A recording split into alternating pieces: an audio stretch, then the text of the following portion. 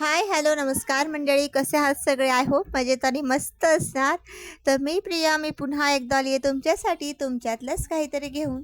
तर मित्रमैत्रिणींनो, काहीतरी घेऊन म्हणजे प्रत्येक वेळेस काहीतरी संदेश किंवा काहीतरी मेसेज कसल्या तरी विषयावर बोलणं, असंच काहीतरी असेल असं काही नाही. तर माझा जो चॅनल आहे ते ग्लोईंग चॅनल आहे. माझं वर्ल्ड मी दाखवते आहे.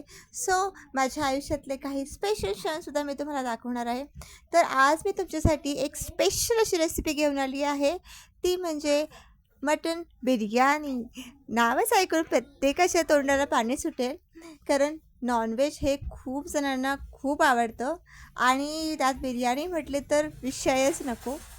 तर माझ्या घरी माझे भाचे आले आहेत, माझ्या नणंदबाई आल्या आहेत. नणंदबाई काही नॉनव्हेज खात नाहीत, पण माझ्या भाचीसाहेबांना नॉनव्हेज खूप आवडतं आणि त्यांनी त्यांच्या आजीकडे फरमाईश केली, की "आजी मला बिर्याणी खायची आहे, ती पण तुझ्याच हातची."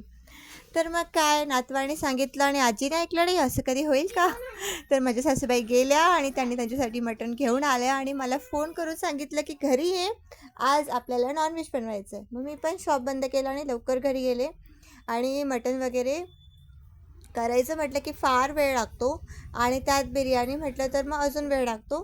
म्हणून म्हटलं चला लवकर जाऊन लवकर तयारी लागूया. मटण वगैरे साफ केलं आणि व्यवस्थित धुवून घेतलं. नॉनव्हेज कधीही 5 ते 6 पाण्याने धुवून घ्यावं, जेणेकरून त्याची सगळी घाण निघून जाते. वास जो येतो तो येत नाही. म्हणून स्वच्छपैकी 5 ते 6 पाण्याने चोळून नॉनव्हेज धुवून घेते. नॉनव्हेजच असो किंवा भाजीपालाही आपण आणला तरी तो व्यवस्थित धुवूनच यूज करावा, कारण केमिकल्स वगैरे खूप असतात आजकाल. तर मग ते मटण व्यवस्थित धुवून पाणी नितळून घेतलं आणि कुकरमध्ये तेल तापवायला लावून घेतलं. आधी ते मटण आपण थोडं शिजवून घेऊया, कारण मटण आहे, चिकन नाही. मटणाला वेळ लागतो शिजायला, म्हणून मी 2 शिट्ट्या आधी घेऊन घेणार आहे. तेलामध्ये हळद टाकली 1 चमचा आणि मीठ टाकून घेतलं आणि ते मटण व्यवस्थितपणे नितळून टाकून दिलं त्याच्यामध्ये. ते व्यवस्थित आपण फ्राय करून घेतो तेलामध्ये, जेणेकरून थोडंसं फ्राय होईल तेलामध्ये. ते हलवून घ्यायचं आणि मीठ टाकून द्यायचं त्याच्यामध्ये. अंदाजे आपलं मीठ टाकायचं आहे. साईडला पाणी गरम करून घ्या. कधीही मटणमध्ये गरम पाणीच टाकायचं, जेणेकरून मटण पटकन आणि व्यवस्थित शिजतं. बघू शकता व्यवस्थित मी फिरवून घेते आहे, जेणेकरून ती हळद आहे ती सगळीकडे लागेल आणि मटणसुद्धा व्यवस्थित थोडंसं फ्राय होईल, हलकं हलकं फ्राय होईल. चिकन असतं तर पटकन फ्राय झालं असतं, पण मटण असल्यामुळे थोडा वेळ लागतो. आणि त्यात तुमच्या अंदाजाप्रमाणे आपण त्याच्यात पाणी टाकायचं आहे. थोडंसं पाणी टाकायचं आहे, जेणेकरून ते मटण शिजेल. काहींना अजिबात आवडत आहे तर अंदाजे थोडंसं पाणी टाका. मी थोडंसं जास्त टाकलं आणि तुम्ही तुमच्या अंदाजे टाकू शकता. हलवून घ्या, व्यवस्थित ढवळून घ्या. सर्व मैत्रिणींनो, स्वयंपाक करायला घेतला आणि तो शांत आणि मन लावून केला की त्याला टेस्टही छान येते असं म्हणतात. तशाच पद्धतीने मी पण आज लवकर गेले, त्याच्यामुळे माझं डोकं जरा शांत होतं. कधी-कधी खूप उशीर होतो शॉपवरून जायला, त्याच्यामुळे खूप घाईत स्वयंपाक होतो, कधी-कधी पण बिघडतो सुद्धा. म्हणून तर आज लवकर आले, म्हणून माझं डोकं पण शांत आहे. खूप वेळ आहे माझ्याकडे स्वयंपाक करायला आणि मी निवांत आहे, म्हणून शांतपणे आज स्वयंपाक करते. बघू शकता माझं मटण फ्राय झाले, त्यात पाणी टाकलं आहे. मी कुकर लावून घेते आणि आता मी त्याला फास्ट गॅसवर ठेवणार आहे आणि त्याला एक शिट्टी मोठी म्हणजे पहिली शिट्टी होऊ देईल आणि त्याच्यानंतर जी फ्लेम आहे ती मी बारीक करेल आणि दुसरी शिट्टी होऊ देईल. मग मी गॅस बंद करेल. आता फोडणीची तयारी करूया. मग मी कांदे घेतले साधारण 5 ते 6 कांदे घेतलेत मी. ते आता मी लांब-लांब असे कापून घेणार आहे. थोडेसे मीडियम कापून घेणार, जास्त बारीक पण नाही आणि जास्त जाडसर पण नाही. सो मीडियम आकारामध्ये मी ते कांदे लांब-लांब असे कापून घेणार आहे. 1 किलो बिर्याणी करतो, 1 किलो तांदळाची बिर्याणी करतो आहे आपण. त्याच्यामुळे कांदेसुद्धा जरा जास्त घ्यायचे. बिर्याणीमध्ये शक्यतो कांदे जास्त घ्यायचे. छान टेस्ट येते त्याच्याने. आता मी तुमच्या अंदाजे म्हणजे साधारण तुमचे जर कांदे छोटे असतील तर तुम्हाला 8-1 लागू शकता. माझे मोठे कांदे होते त्याच्यामुळे मी 5 ते 6 कांदे घेतले आहे. ते किती होतात ते सुद्धा मी नंतर तुम्हाला प्लेटमध्ये दाखवून देईन. ते तुम्हाला त्याचा अंदाजसुद्धा येईल. कसं छान वाटतं ना, आपल्या घरात जर पाहुणे आले, आपले भाची आले लहान-लहान आणि त्याने जर असं काहीतरी फर्माईश केली त्याच्यासाठी काहीतरी बनवणं, छान वाटतं, फिलिंग छान असते. आपल्या मुलांसाठी तर आपण करतच असतो, पण आपल्या नंदेची मुलं असतात, जी मामी-मामी करतात, त्यांच्यासाठी करायला ही खूप छान फिलिंग येते आणि माझी भाची आल्यावर मी काही ना काही करते, त्यांना आवडेल असं. प्रयत्न करते, की त्यांच्या मामाच्या घरी आल्यावर त्यांच्यासाठी खूप छान-छान आठवणी आणि छान-छान टेस्ट घेऊन जाते. त्याच्यामुळे माझा नेहमीच प्रयत्न असतो की माझ्या भाच्यांच्या आवडीनिवडी जपाव्यात, त्यांच्या मनासारखं काहीतरी बनवावं. बघू शकता मी टोमॅटो घेतले आहेत, 3 टोमॅटो घेतले आहेत. मी जास्त टोमॅटो नाही घेतले. आमच्या घरी जास्त टोमॅटो खात नाहीत, कारण माझ्या सासूबाईंना जास्त टोमॅटो आवडत नाहीत. पण बिर्याणीमध्ये टोमॅटो मोस्टली यूज करावंच लागतं. त्याने छान टेस्ट येते, म्हणून मी 3 टोमॅटो घेतले आहेत. खूप मोठे नाही, मीडियम साईजचे आहेत. काही जण जास्त टोमॅटो वापरतात, साधारण 4-5 टोमॅटो टाकतात. त्याची त्याची आवड. प्रत्येक घरामध्ये स्वयंपाकाची पद्धत वेगळी असते. बघू शकता मोठी प्लेट आहे, म्हणजे ती भरून कांदे झालेत आणि टोमॅटोसुद्धा बारीक कापलेत. खोबरं आपल्याला कच्चं घ्यायचं नाही आहे, खोबरं आपल्याला भाजून घ्यायचं आहे. बघू शकता मी डायरेक्टली गॅसवर भाजते. जर तुम्हाला नाही भाजायचं डायरेक्टली, तुम्ही तव्यावरसुद्धा थोडंसं तेल टाकून ते स्लायसेस करून भाजू शकता. काही जण तसं करतात, पण आम्ही शक्यतो असं करतो. मला आवडतं हे, असं पटकन पण होतं आणि छान टेस्ट येते. असं पण तुम्ही कधीतरी ट्राय करून बघा. असं वाटणाची पण भाजी करायची असेल, त्याच्यामध्ये असं खोबरं जे आहे ते भाजून टाका, खूप छान टेस्ट येते. माझी सासूबाई असं करतात. इथे नाशिकमध्ये मोस्टली असंच भाजतात. काहीजण तव्यावर भाजतात, काहीजण डायरेक्ट भाजतात. कांदासुद्धा असा ठेचून घेतो. कांदासुद्धा आम्ही असाच डायरेक्टली गॅसवर भाजतो. तर वरचं लेअर पूर्ण जळून जाते आणि तो झटकून तो कांदा आम्ही वाटणामध्ये यूज करतो. मस्त टेस्ट येते, ग्रेव्ही खूप छान होते त्याची. बघू शकता वरचा भाग पूर्ण जळाला आहे, आतला जो भाग आहे तो लालसर झाला आहे. जेव्हा मी त्याचे स्लायसेस करेल तेव्हा तो जळालेला भाग निघून जाईल आणि मी वरचं खोबरं घेईन. छान टेस्ट येते त्याच्याने. बघू शकता वाटणाची तयारी बघा. लसूण, अद्रक, कोथिंबीर आणि खोबरं आपण वाटून घ्यायचं. आधी खोबरं आणि अद्रक वाटून घ्यायचं, त्याच्यानंतर त्याच्यामध्ये लसूण आणि कोथिंबीर ॲड करायची. राई, जिरे, काळी मिरी, फूल, वेलची, लवंग, दालचिनी, तेजपान आणि कढीपत्ता याप्रमाणे आपल्याला खडे मसाले घ्यायचे आहेत. आता बघू शकता तेल ठेवलेलं आहे, मोहरी टाकलेत आणि त्याच्यानंतर सगळे खडे मसाले एक एक करून माझ्या सासूबाई टाकतात. फोडणी द्यायला माझ्या सासूबाई आल्यात, कारण आम्हाला त्यांच्या हातची चव पाहिजे. सगळी तयारी मी करून दिली, आता ते फोडणी देत आहेत. आणि बघू शकता व्यवस्थित खडे मसाले टाकलेत, कढीपत्ता टाकला आहे. फ्लेम मीडियम आहे. आधी फास्टवर तेल तापून घेतं, त्याच्यानंतर फ्लेम बारीक केले, जेणेकरून खडे मसाले जळणार नाही. बघू शकता व्यवस्थित प्रकारे फ्राय झाले. लालसर आला तर कांदा टाकला त्याच्यामध्ये. तो कांदासुद्धा आपल्याला व्यवस्थित लालसर होईपर्यंत व्यवस्थित फ्राय करायचं आहे. सतत ढवळत राहायचं आहे, कारण जळायला नको आहे आपल्याला, खाली जळाल्याची टेस्ट नको यायला. त्याच्यामुळे सारखं आपण ते ढवळायचं आहे. मी पण हेल्प करते, कारण माझ्या सासूबाईंना सांगते वाटतं, त्यांचा हात दुखतो खूप, त्या काम नाही करू शकत. टोमॅटो टाकले त्याच्यानंतर आधी कांदा लालसर होऊ द्यायचा आहे थोडासा, त्याच्यानंतर टोमॅटो ॲड करायचे आणि टोमॅटो आपल्याला थोडं जास्त वेळ फ्राय करायचं, जेणेकरून टोमॅटो मेल्ट होतील, मऊ होतील आणि छानपैकी लालसर असा कलर येईल पूर्ण मसाल्याला आपल्या. सतत ढवळत राहायचं हळूहळू, जेणेकरून लवकर ते होईल फ्राय आणि चिटकणारसुद्धा नाही. थोडा वेळ राहून द्यायचं. त्याच्यानंतर सासूबाईंनी धणे टाकले, साधारण 2 ते 3 चमचे धणे घेतलेत. धना पावडर आहे, रेडीमेड धना पावडर आहे, ती आधी टाकली आहे. ती कच्ची असते, त्याच्यामुळे आधी टाकल्याने ती थोडंसं तेलामध्ये तळलं जातं ती पावडर आणि छान टेस्ट येते. कच्ची टाकल्यावर एवढी टेस्ट येते जेवढी टेस्ट आपण ती आधी जर मसाल्यामध्ये टाकली तर येते, ती छान फ्राय होते. बघू शकता व्यवस्थित त्यांनी फ्राय केले. आता त्याच्यामध्ये त्या मसाला टाकतील. मसाला जो आहे, जो वाटण मी केलं ते जास्त जाडसर नाही केलेलं नाही आहे, जास्त बारीकसुद्धा. थोडंसं हाताला चरबट लागेल अशा पद्धतीने वाटण करायचं आहे आपल्याला. जास्त बारीक पण नाही, जास्त जाडसर पण नाही. ते वाटण आता आपण ते सगळ्यामध्ये टाकणार आहोत.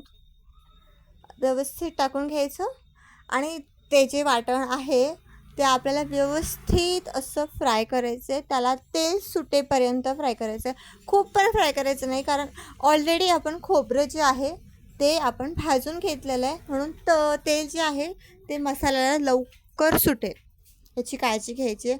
सतत ढवळत राहायचं आहे, जेणेकरून ते खाली चिटकणार नाही. कुकरला हलवत राहायचे पूर्णपणे तेल सुटूस तर. मसाल्याचा वास सगळीकडे पसरतोय, मस्त वास येतो आणि असं भाजलेले वाटण वगैरे असेल ना, छान वास येतो मसाल्यांचा.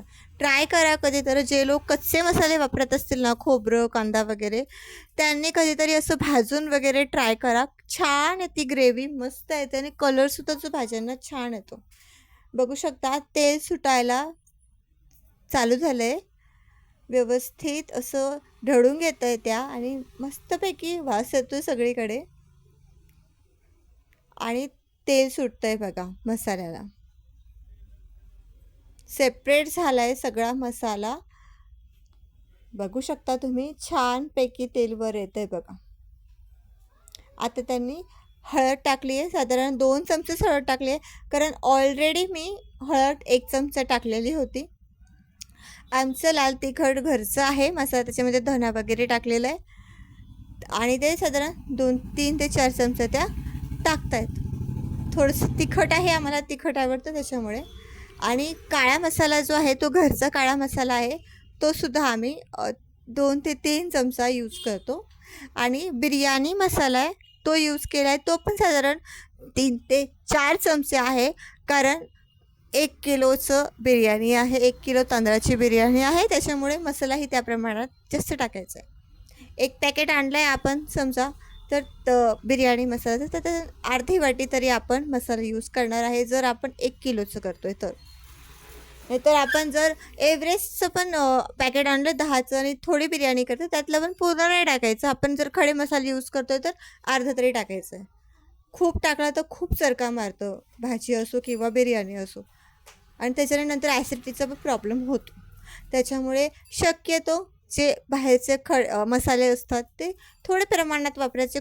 तिथे जर लिहिलं आहे पूर्ण पॅकेट टाका तर पूर्ण पॅकेट नाही टाकायचं, थोडंसं कमी टाकायचं, जेणेकरून मसाला चरका मारणार नाही आणि व्यवस्थित फ्लेवरसुद्धा देईल आपल्या भाज्यांना. बघू शकता दुसरीकडे मी तांदूळ धुवायला घेतलेत, कारण मी तांदूळ धुतले नव्हते. त्यांचं ते बघत होते रेकॉर्डिंग करण्यामध्ये मी तांदूळ धुवायचे विसरले, त्याच्यामुळे त्याने ते जे मटण मी ऑलरेडी शिजवलेलं होतं ते मटण त्याच्यामध्ये टाकलं आणि ते फिरवून घेतात. आणि आता मी तेवढ्या वेळामध्ये तांदूळ धुवून घेते. तांदूळसुद्धा 3 ते 4 पाण्याने व्यवस्थित धुवून घ्यायचे, जेणेकरून त्याचे केमिकल्स असतात त्याच्यावर टाकलेले वगैरे ते सगळे केमिकल्स निघून जातील. काहीही असो, आजकाल खूप केमिकल्स यूज होत आहे. भाजीपाला, फळं, धान्य सगळीकडे खूप केमिकल्स वापरले जात आहे आणि त्याच्यामुळे आपल्याला त्रास होऊ शकतो. असं होऊ द्यायचं नाही आपण.